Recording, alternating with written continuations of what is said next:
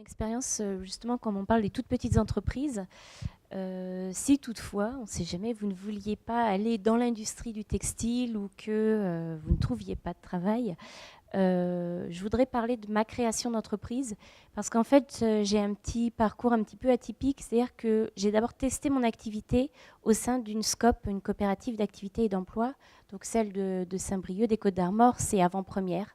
Donc je suis restée 2 ans chez eux. Alors qu'est-ce qui s'est passé en fait quand j'étais chez eux? Ils m'ont entre guillemets prêté leur numéro de SIRET. C'est l'inscription obligatoire des entreprises, ce qui fait que j'ai pas payé de charges patronales quand j'étais chez eux. Et moi, je leur reversais 10% de mon chiffre d'affaires.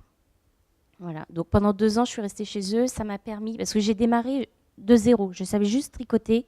Je ne savais pas coudre un bouton. Je ne savais rien faire. Moi, j'ai fait une fac d'anglais, donc rien à voir, hein. Et donc pendant ces 2 années, j'ai appris toutes mes techniques. J'ai trouvé, compris qui était ma clientèle aussi, parce que ça, je ne voyais pas. Et puis, j'ai aussi trouvé mon lieu de travail, trouvé mon éthique. Et ça, je trouve que c'est... On rejoint un peu sur Dolmen au niveau fabrication française. L'éthique, c'est super important. C'est-à-dire que vous savez ce que vous voulez faire et ce que vous voulez surtout pas faire, les sacrifices que vous voulez faire et ceux que vous voulez pas faire. Donc, que ce soit travailler avec les Chinois ou travailler avec les Danois. Enfin voilà, il y a des choses que vous ne voulez pas faire et ça, c'est inscrit dans votre éthique d'entreprise. Et donc moi, mes 2 années à avant-première m'ont permis de travailler sur tout ce fond, en fait, qui fait vivre maintenant mon entreprise. Et donc, je les ai quittés il y a 5 ans et j'ai créé mon entreprise à ce moment-là. Voilà. Donc, n'hésitez pas à les contacter parce que ils font les liens avec la boutique de gestion, avec plein d'organismes comme ça. Même l'ADI qui fait du microcrédit, enfin vraiment pour les gens qui veulent démarrer tout petit, voire même en activité secondaire, vous pouvez avoir un boulot à côté. Et puis, parce que vous aimez la couture, créer une petite entreprise à côté, c'est tout à fait possible. Donc il y a moyen comme ça, avec des soutiens, des gens qui savent comment monter des entreprises, il y a moyen de trouver toutes les infos nécessaires auprès d'avant-première.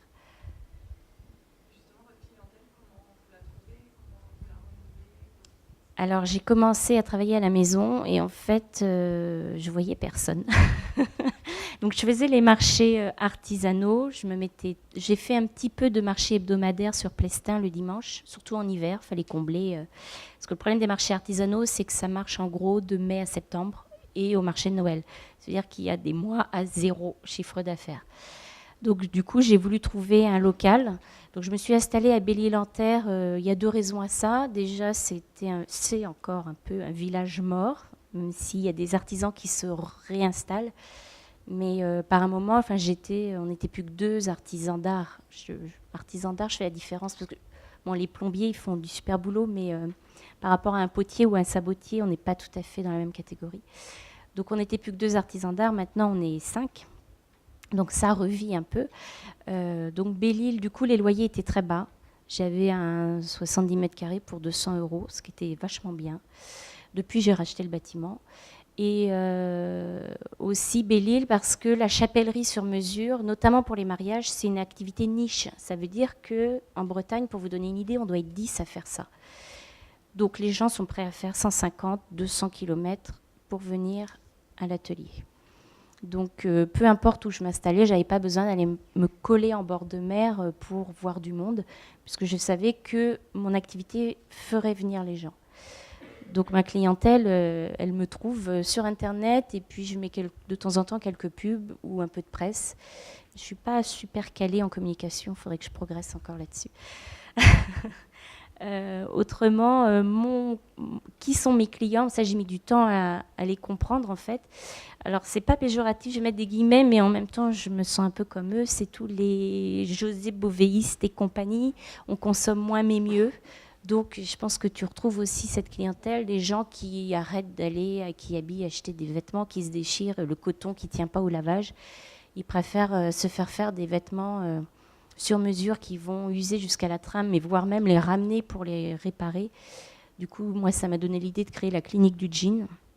Donc certains jeans arrivent dans des états, je les mets sous perfusion et ils repartent un peu mieux que ce qu'ils étaient arrivés. Voilà.